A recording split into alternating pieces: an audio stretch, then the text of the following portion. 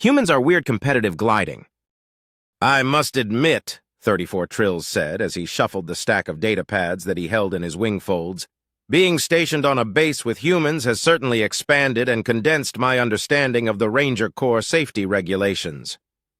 One either flies or falls in this sort of situation, the base commander agreed as he held out a wing hook for the next data pad. Have you found any regulation yet that even begins to cover the situation? 34 Trills asked. Yes, the commander said with a tired sigh. The vast majority of the regulations about disrupting flight space do cover this situation to some degree. But, 34 Trills asked as he began to sort through some sub-files on interspecies insults. They are all meant to cover serious violations, the commander said as he shifted his data pads around in tired confusion. There is nothing that is really applicable to a wing of junior rangers blowing off steam in a method that is so ultimately harmless. I wouldn't call casing great masses of half-directed chaff into the main personal flight path exactly harmless, 34 Trills pointed out. Tell me, the commander said with a sigh as he reached up to rub his sensory horns, is there a single hair's weight of malice or a forethought in the human's actions? To be right on the wind's edge, 34 Trills said with a dry rasp, I highly doubt that there is any thought involved at all. The commander gave a dry chuckle and shoved the data pads away from him. This really is my fault, he said as he walked over to the window and looked out at the soft green floor of the quad. The majority of the human component of the training base were scattered across the ground cover, wearing the minimum amount of clothing that their culture allowed. They had dragged out the massive recycling bin to the middle of the quad, and a few were vigorously sorting through the waste in search of paper of a particular density. This they then handed out to other humans who sorted it and carried it to where a line of contestants huddled over the starting line of an improvised flight test range. These humans were busily folding the paper into glide surfaces, which were then hurled down the range with powerful thrusts of their thick forelimbs. Some humans went so far as to engage their entire bodies as propulsion levers. The improvised gliders flew, fell, and swerved drunkenly down the test range, where they were then judged by a row of humans with recording devices. That situation in of itself wouldn't have been so bad. The improvised test range was a reasonably restricted area of the quad. However, the rest of the humans appeared to be engaged in a purely disorganized effort of creativity that was filling the entire airspace with folded paper contraptions that slewed, glided, and dropped, making the space a flight hazard more nearly akin to a storm wind in the treetops than anything else. Were you able to gain any insight into what initiated this? The commander finally asked. Not a chirp, 34 Trills said with a sigh. The humans all seemed satisfied with the entertainment provided on the base. We were making sure to assign each human the suggested amount of vigorous outdoor walking tasks.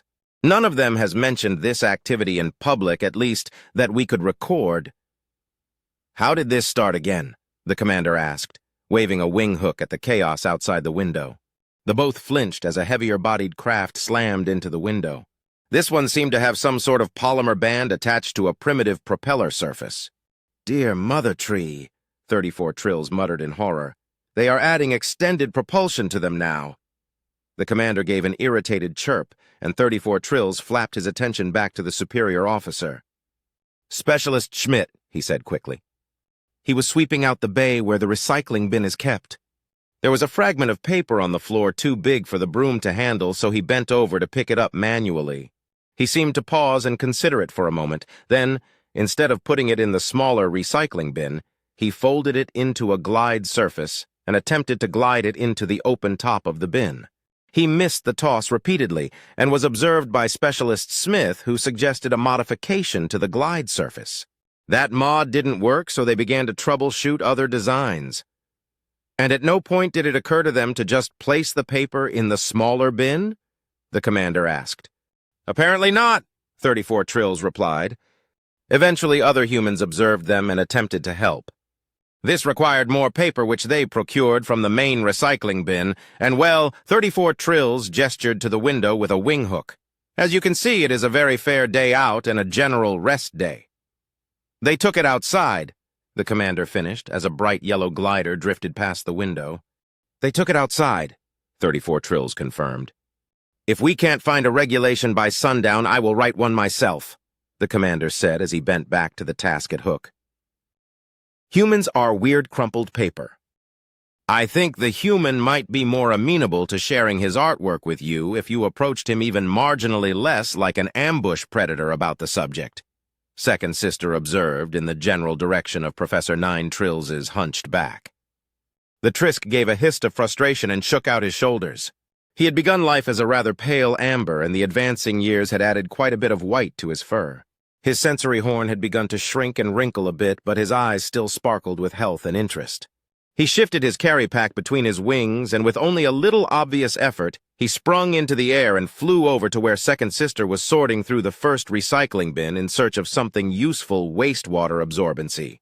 If you see anything that was obviously crumpled by human hands, could you toss it into the consideration basket for me? Professor Nine Trills asked. Second Sister took a moment to adjust the protective gloves on her hands as she tilted her triangular head to look down at the professor of art history.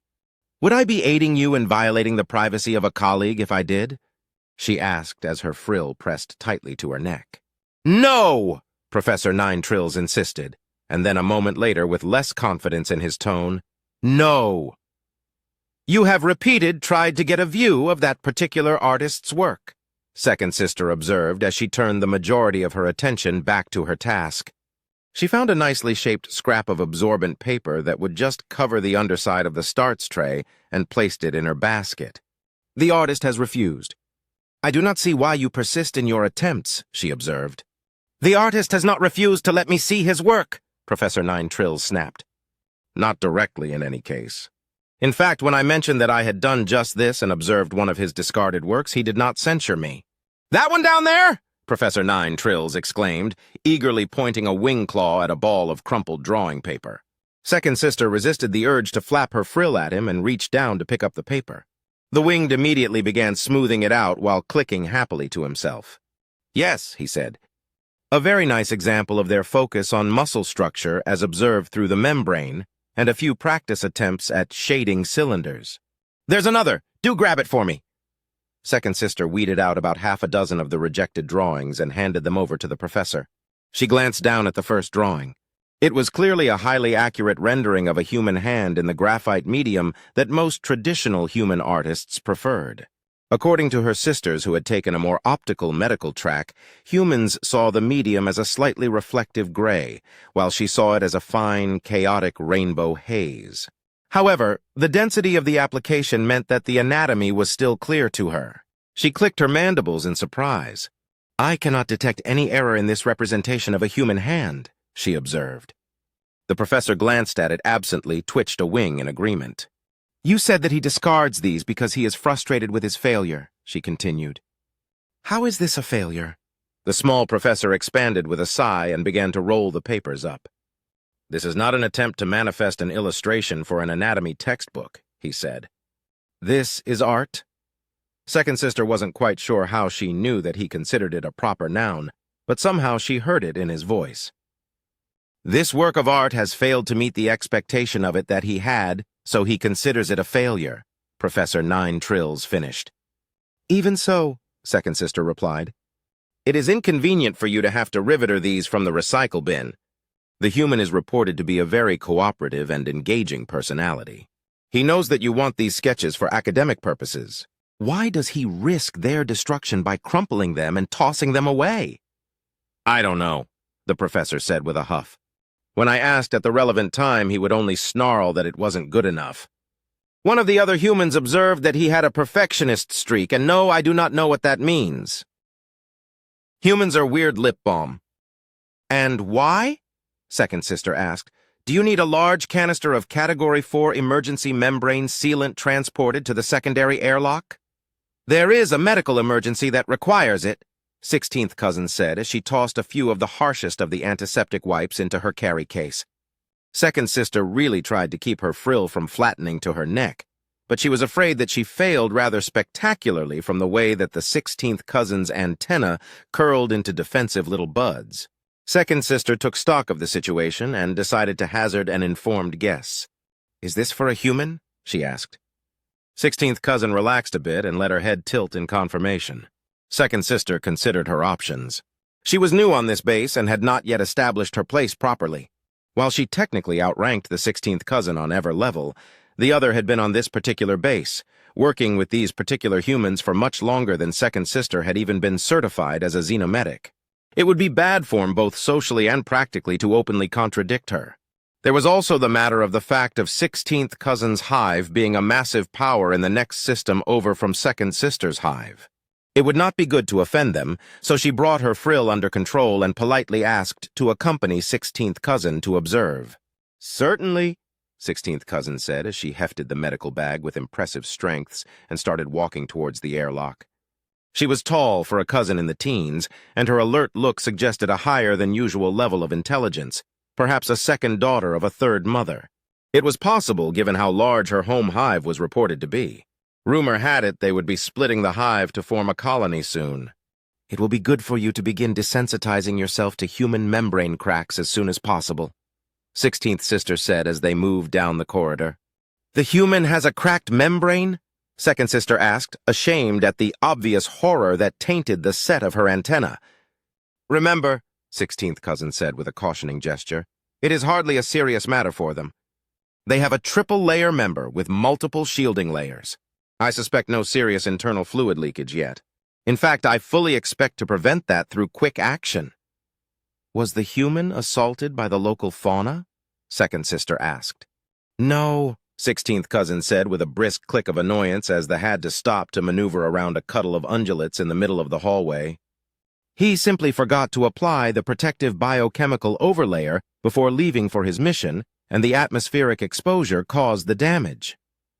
"I thought," second sister said as she gingerly pulled her hind leg over the last undulate, "that this planet was not rated as dangerous for human membranes."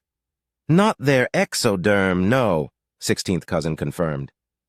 "The damage is on his endoderm." Second sister stopped dead and her frill paled with horrified surprise. "How was he allowed to go out with exposed endoderm?" she demanded when 16th cousin stopped to look back at her expectantly. 16th cousin clicked in surprise.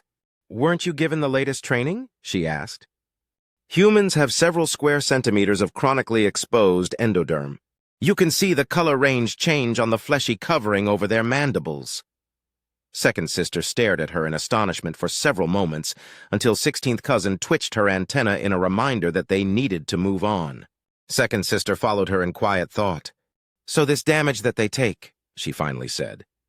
"It is common? It has a nearly specific name," 16th cousin said. "They call it chapped lips. It is one of those mild problems that sometimes become larger problems, which it is often the duty of older sisters and cousins to mind in hatchlings as they begin to explore their gardens." Second sister tried to hide her shudder of sympathetic horror for any elder sister who had to encounter a garden full of cracked membranes, but 16th cousin clearly saw her discomfort and clicked her mandibles in sympathy. "Yes, it is a rather nasty thought," she said, "but you'll get used to it." "I did." They reached the airlock and second sister could see the human lounging against the wall to rest his massive bipedal frame. Now that she was looking for it, she noted the clearly different coloration lines around his solid mandibles. Both the exoderm and the endoderm were radiating in the far infrared, clearly indicating freshly healing damage. Fortunately, she could not see the human's iridescent blood, so the damage was mild, as 16th cousin had said. However, as she watched, the human reached idly up and grasped a thin, loose flap of his membrane and yanked it off of the healthy membrane underneath. The membrane flared anew at the abuse, and second sister gave a startled click. "They are less responsive to medical orders if you show weakness," 16th cousin said. Second sister took a good long look at 16th cousin, and the reason for the other's strict control was not, in fact, personal disrespect. Second sister tried to calcify her nerves and gestured to the container of balm. "Shall we proceed?" she asked in the firmest tone she could muster. "That is our chosen profession," 16th replied with a rather grim set to her antennas.